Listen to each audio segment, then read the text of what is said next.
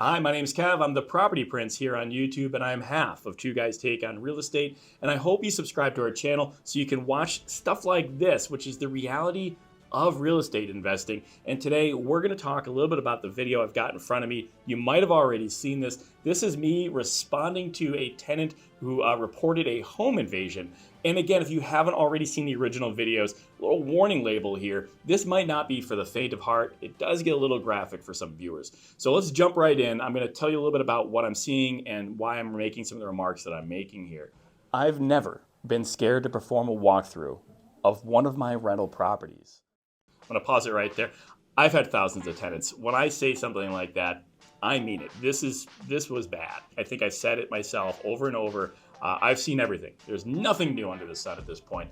And then every week I'm proven wrong and something new happens. So this was another example of that. This was pretty bad. And again, an emergency call, how this happens, comes in. So the tenant initiates it. They have a number they would call. It gets picked up 24/7 by our answering service. That answering service then reaches whoever's on call, whether it's me or it's Matt, and we then immediately turn around and take action. Usually it starts with calling the tenant back. It may start then with a visit to the property, etc. Now, when I started recording this, this was the following day. So if you're wondering why I'm telling you that we responded at night over the weekend, we did, but this footage is from the following morning when there's actually light coming through what's left of the windows, as you'll see. The story behind this is going to shock some folks and may upset some stomachs. So make sure you don't watch further if you're not ready to handle this. Sensationalism. I responded to an emergency call from a tenant at night on a weekend, and this is what I ended up finding. There was a home invasion that took place, and honestly, I never could have expected to see this when I arrived. Yeah, and that's 100% right. Like I said, an emergency call comes in. You never really know what you're going to see when you get to a property. Now, how do emergency calls handle? I've already described how the tenant can report them. What's next is, what is our response? So the way it works is we really try to respond as quickly as possible. Honestly, most situations, we're calling the tenant back and having a conversation within a matter of minutes. Emergencies can be different things to different people. We usually set our expectations with our tenants that emergency conditions will be resolved within 24 hours of them occurring. Now, if there's an emergency like a gas leak or something like that, you need to be calling the fire department or the gas company. If there's a home invasion, for instance, please, your first call should be not 911, not to the dude that's there to fix your leaky faucet, right? But the idea is, after you've made the appropriate calls to like law enforcement, for instance, then you call your landlord and we'll respond and resolve the situation. If a door was broken, we'll fix it, those types of things. I wasn't prepared to see this, and I really want you guys to make sure you watch our videos to see how the rest of these things play out.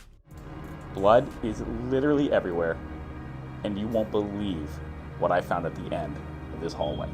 Oh, that's right. I'm going to use that as a cliffhanger for part 2. I'm not wrong. Hey, listen, we are in the business of getting you to watch our videos, so I'm sorry for the cliffhanger, but we did make a part 2. We're going to watch that next. I have never seen so much blood all over an apartment before. I've had apartments that have had firearms discharged. I've had actual situations where there was fights outside and there was blood outdoors. I've never seen something where there was that much throughout the entire place. Let's jump into part 2. I know the suspense is just killing everybody, and we're gonna hit the play button here.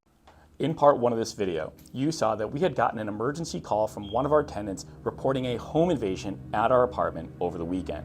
When we returned to the property this following morning to document the conditions and damages in broad daylight, we spoke to the police and found out that an arrest had been made. What did we find out when we spoke to the police? We did find out that an arrest had been made, but let's not gloss over the extent of the damage to this apartment. That apartment had triple pane windows. In every window was brand newly replaced with triple pane glass windows.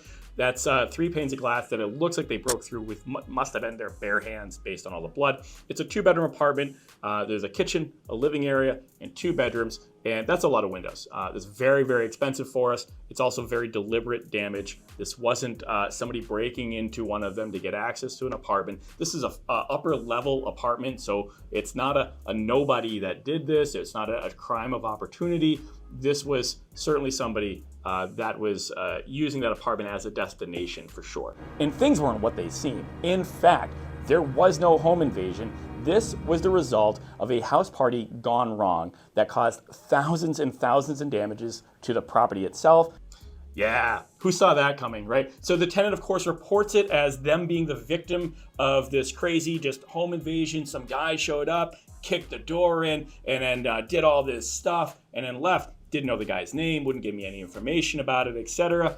And I find out a completely different story from the police. Why? Why? Well, I think it's pretty obvious why. You can leave your guesses in the comments. But I'll tell you why. He didn't want to be responsible for the damage. This was an invited guest. This was somebody that knew the occupant. In fact, what I found out later, this was somebody the tenant was actually allowing to live there. This was an unauthorized occupant, basically a roommate. And these two people had a party, they had a huge get together, whatever. Things went crazy wrong, and the arrested person was the unauthorized occupant that had been living at the property. That's why that happened. That's why the tenant lied about the type of incident that took place, because they were trying to get away with being responsible for an incredible amount of damage. And inconvenienced the quiet enjoyment of 15 other families who had to suffer through a sleepless night. Yeah, that's hugely overlooked. So in some of our videos, some people will make comments like, listen, why are you bothering this person? Why don't you just say, knock it off and move on? Why do you care if this tenant is doing this or this tenant is doing that? It's not bothering you, that kind of a thing. The problem is it's bothering people, okay? And the owner of a property has a responsibility to their good customers and their paying customers to keep what's called their right to quiet enjoyment. So this is a shared property. This whole situation didn't happen quietly, and it didn't happen at 5 p.m. This happened in the middle of the night. It happened because this person was probably throwing a huge thing that got out of control, and this disrupted the lives of other people. These other people, some of them might have to get up and go to work in the morning.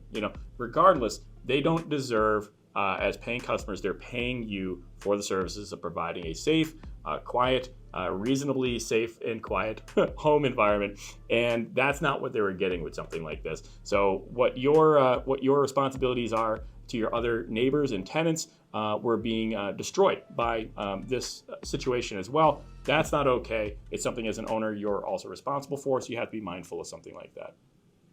In situations like this, when an apartment is rendered uninhabitable, it's still the obligation of the property owner to rehouse the tenant, even if that tenant hadn't been paying rent in 6 months. Yeah, that's one of the hardest pills to swallow, is when an apartment's not habitable and you have a tenancy, states will vary, but in almost everywhere, almost every state, the owner's got to put them up in a hotel or give them another apartment or solve where they're supposed to be living. The owner has a responsibility to provide an apartment that's in working order. And since this one clearly isn't in working order, our responsibilities are to do just that. Even though this guy isn't a paying customer, that's one of the hardest things to deal with in general. If you want to learn more about the reality of real estate investing, follow all of our channels. I can't put it better again.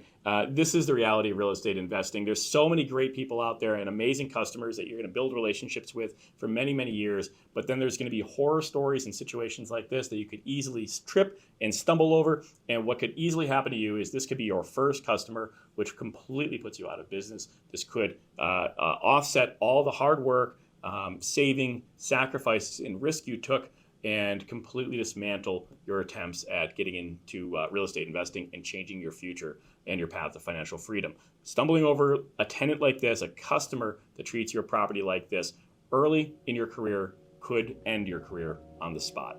I hope you guys took a second and hit the subscribe button. I hope you follow. I hope you like this and share it with somebody that that's been pushing you to get into real estate investing or that is in real estate investing so that they can learn about this stuff. They can share their feedback with us as well. Thanks so much for watching. I can't wait to see you in the next video.